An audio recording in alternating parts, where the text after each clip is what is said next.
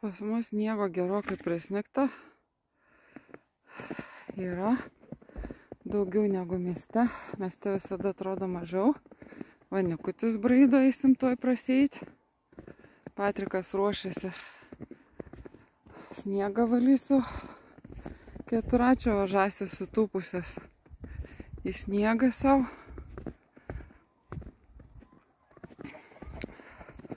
Vienu žodžiu, žiema. Šiandien dar daugiau prisnigta negu vakar. Atrodo kaip gili žiema, nors taip nėra. Bet jau pašviežėja viskas, pabaltėja, šviesiau. Šviežiau. Išeinam mes praseit su Nika, nors ir tingėsi, bet sveika prasivaikščiot. Ir po to bus jau kiti sekmadienio reikalai. O taip miške va kaip apsniguriuota, kokios kepurės ant šakų.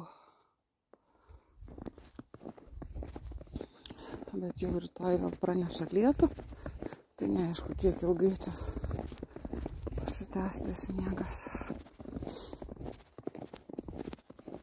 Matysim. Bet žiema dabar dar neįpusėjus, tai gali būti dar visko. Daug žmonių praėjo šito taku, daug pasivaikščiojo šiandien. Buvo saulėta, iš ryto snigo, po to saulėta, metų pradžia.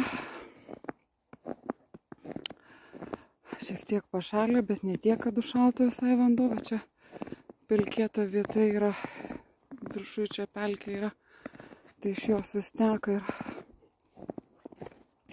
čia būna vis patižę ir vanduo kaupėsi.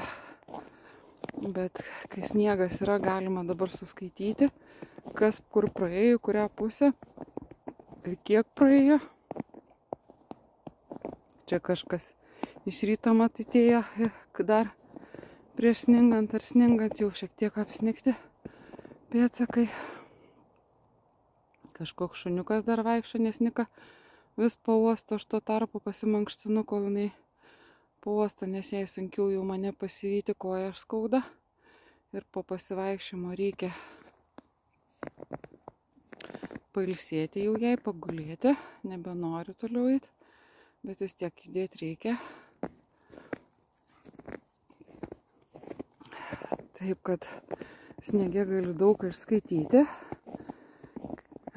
kaip knygą gali skaityti, žiūrinėti, bet prieš tai einant keliu tai netiek daug žvėrių ir buvo prabėgta, pėdsakų net nelabai buvo ką ir pafilmuoti. Nu čia yra ką pafilmuoti, bet čia netaip įdomu.